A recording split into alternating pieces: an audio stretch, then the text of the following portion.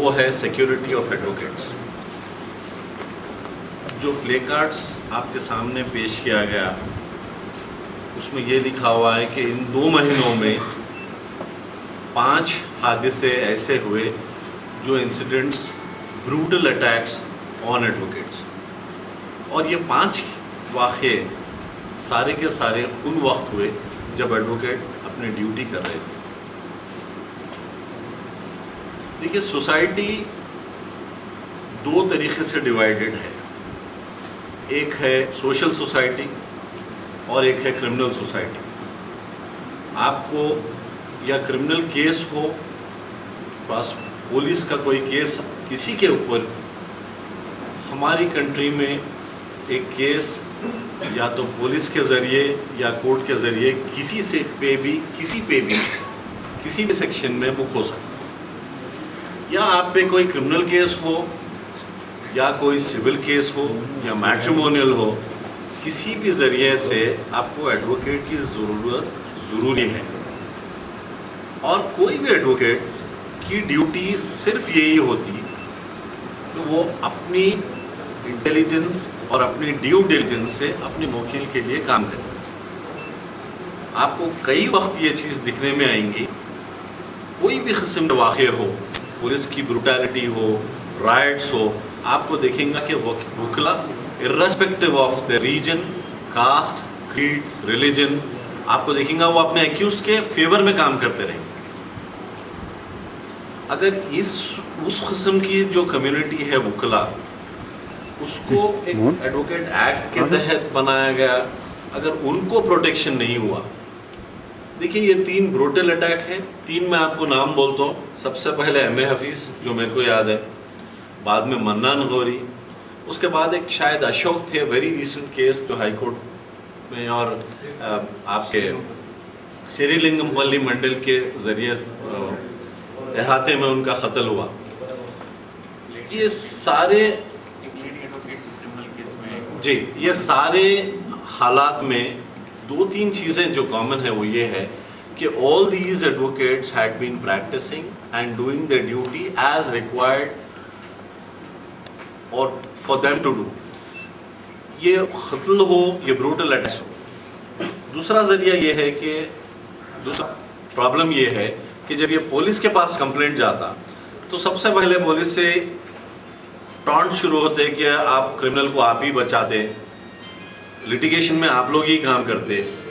تو ہر ذریعہ، آپ پریس ہو، آپ لوگ کے اوپر کافی اسالٹس ہم کو پڑھنے میں آتے. آپ لوگ اپنے جو بھی ذریعے ہیں اس سے اپنے طریقے سے.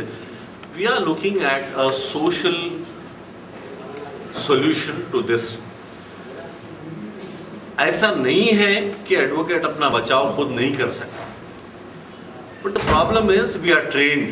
ہر آپ جیسے پریس میں آپ کو ٹریننگ ہے، پولیس میں ٹریننگ ہے کہ سب سے پہلے لاٹھی چلاتے، ویسے ہم کو ٹریننگ ہے کہ آپ لیگلی سولوشنز کیجیے. تو میری یہ پرابلم ہمیشہ سے رہی اور میں بڑا ووکل اور اوپن اسپوکسمین رہا اس بات کا کہ یا جج ہو یا کوئی گورنمنٹ ڈپارٹمنٹ کا شخص ہو، اس کو لیگل پروٹیکشن ہے. آپ 195 CRPC لیجئے، 197، 198، آپ کو کوئی ایکشن اگر لینا ہے کسی بھی ان لوگوں کے خلاف تو آپ کو سینکشنز لینا ہوگا، اس کے بعد پروسیکیوشن. آپ وکلا کو دیکھیے، کوئی پروٹیکشن نہیں، they have to be on their own. ان صورت میں بار ایسوسیشن اور بار کاؤنسل کی میرے حساب سے بڑی امپورٹنٹ رول ہے. I will look up to them to stand up for any advocate. ابھی یہ ہینڈ بل میں یہ ہے کہ 4-5 واقعے کورٹ پرمائسز میں ہوئے. دیکھیے اگر کورٹ پرمائس میں آج وکلا پہ ہوئی تو کوئی وقت ایسا نہیں ہے کہ کسی اور بھی کوئی بھی پاورفل شخص ہو ان کے اوپر بھی یہ اٹیکس ہو سکتے. تو ٹیکنگ دس انٹو کنسیڈریشن میں سمجھتا ہوں کہ پولیس کو یہ نہیں دیکھنا چاہیے، یہ وقت پولیس کے لیے یہ نہیں ہے دیکھنے کا کہ کیا وجہ تھی اور کیا. اگر پولیس پہ اٹیک ہوا تو کیا ہوا، کچھ بھی ہو. میں یا مطالبہ، میں وکیل ہوں، میرے کو معلوم ہے کام کیسا لینا، تو میں مطالبہ پرسنل لیول پہ میں کسی سے نہیں کروں گا. میں یہ بول رہا ہوں کہ اگر اٹیک ہوا تو اس کا سب سے پہلے تو پولیس ایکشن ہونا، اور جس قسم سے کیس پولیس کے خلاف اگر ہوا تو ایکشن فاسٹ ہوتا، اسی طریقے سے یہ وکلا کے خلاف بھی ایکشن ہوا تو ایکشن ہونا چاہیے. گورنمنٹ کو ایکشن لینا چاہیے اور اس کی فردر ఇంట్రాస్పెక్షన్ ہونا چاہیے کہ اس قسم کے واقعے نہ ہوں. ప్రాపర్టీ కేసెస్లలో కానివ్వండి, మ్యాట్రిమోనియల్ కేసెస్లలో దాంట్లో అంటే అడ్వకేట్ కొంచెం ఎఫెక్టివ్గా ఉన్నారు అంటే అవతలలో ఓడిపోతామేమో అన్నటువంటి ఒక భయంలో పడిపోతారు. దాంతో పర్సనల్ గ్రడ్జ్ పెట్టుకొని అటాక్స్ అక్కడక్కడ జరుగుతూ ఉంటాయి. నిజానికి ఏ క్రిమినల్ కూడా అసలు అడ్వకేట్లకు వ్యతిరేకంగా ఎవరు పోరు. దిస్ ఇస్ ద రీసెంట్గా జరుగుతున్నాయి.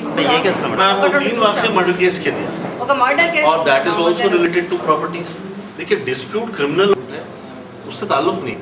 ایڈوکیٹ کا اگر کمپلینٹ گیا اور از ان دا سوسائٹی، پولیس کا ایکشن ایسا رہنا کہ لوگ ایڈوکیٹ کے اوپر ایکشن اس قسم کا ایلیگل نہیں لے سکتے.